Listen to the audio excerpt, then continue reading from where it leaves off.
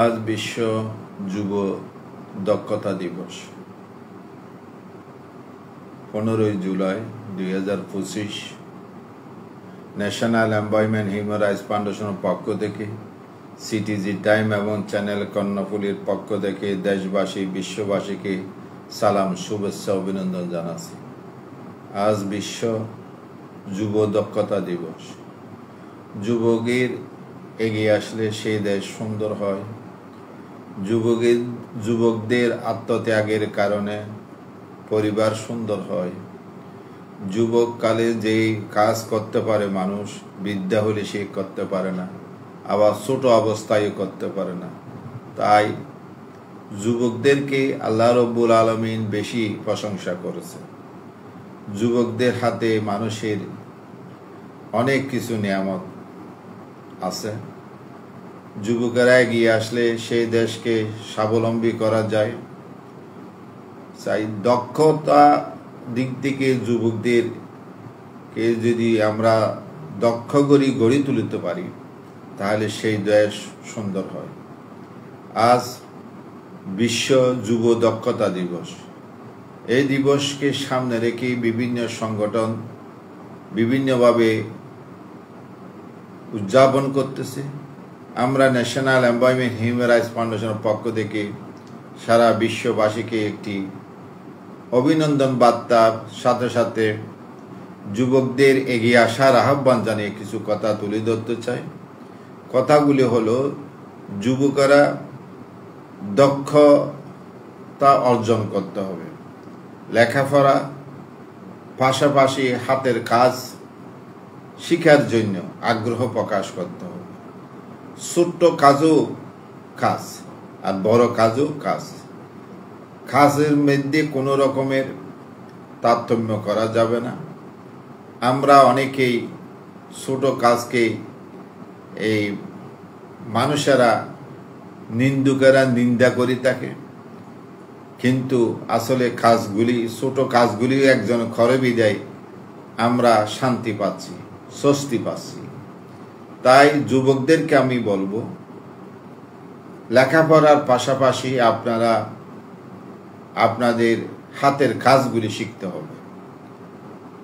যে কোনো কাজ যদি শিখা হয় সেটা কোনো বেতা যায় না, কারণ এই কাজের বিনিময় আল্লাহ রাব্বুল আলামিন আপনার দুনিয়ায় এবং আখিরাতের কল্যাণে আমাদেরকে অনেক মূল্যায়ন করা হয়। ভালোভাবে যদি আমরা দক্ষতার সহিত যদি কাজ করি, ঘরটা যেমন সুন্দর হয়, পরিবারটা যেমন সুন্দর হয়, সাথে সাথে যুবকদেরকে ইবাদতের দিকেও মনোযোগী হইতে হয়। যুবকদের ইবাদত আল্লাহ রাব্বুল আলামিন বেশি কবুল করে থাকে। যুবকদের ইবাদত আল্লাহর কাছে বেশি মর্যাদাবান। আমাদের প্রিয় নবীজি মুহাম্মদুর রাসূলুল্লাহ সাল্লাল্লাহু আলাইহি ওয়াসাল্লাম বেশি বেশি করে যুবকদের জন্য দোয়া করেছেন। কারণ যুবকেরা এগিয়ে আসলে তাহলে সেই দেশকে যেমন আল্লাহ দিন জমিনে কায়েম করার জন্য যেভাবে যুবকেরা এগিয়ে আসছিল মক্কাতে, আবার মদিনায় যখন হিজরত করেছে, অনেক যুবক আল্লাহ রসুলের হাতে বায়াত হয়ে যুবকেরা বিভিন্ন যুদ্ধে আল্লাহ রসুলকে সহযোগিতা করেছে। সেনাবাহিনী, পুলিশ, বিডিআর যে যুবকেরা কর্মরত আছে তাদের সেবার কারণে আমরা স্বস্তি পাচ্ছি। নাহলে চুরি ডাকাতি রাহাজানি বিভিন্নভাবে যে সংগঠিত হয় এটা যুবকেরাই করে। তাদের কর্ম না থাকার কারণে তাদেরকে আমরা তো কর্ম দিতে পারি না। আমরা যদি কর্ম দিতে পারতাম, তাদেরকে চুরি ডাকাতি চাঁদাবাজি থেকে ফিরেই আনতে পারতাম, তাহলে এই যুবকের হাতে কারো প্রাণ যাইত না। যুবকদের হাত যদি আমরা শক্ত করতে পারি তাহলে যুবক যেমন তার স্বাবলম্বী হওয়ার সুযোগ পাবে, তদরূপ আমরা স্বস্তি পাইতাম। আল্লাহ রব্বুল আলামিন যখন আমাদেরকে সৃষ্টি করেছেন, এই যুবকদেরকে আল্লাহ রব্বুল আলামিন বেশি প্রশংসা করেছেন। আর যুবক অবস্থায় আল্লাহ রব্বুল আলামিন জান্নাত দান করবেন। কারণ যুবকেরা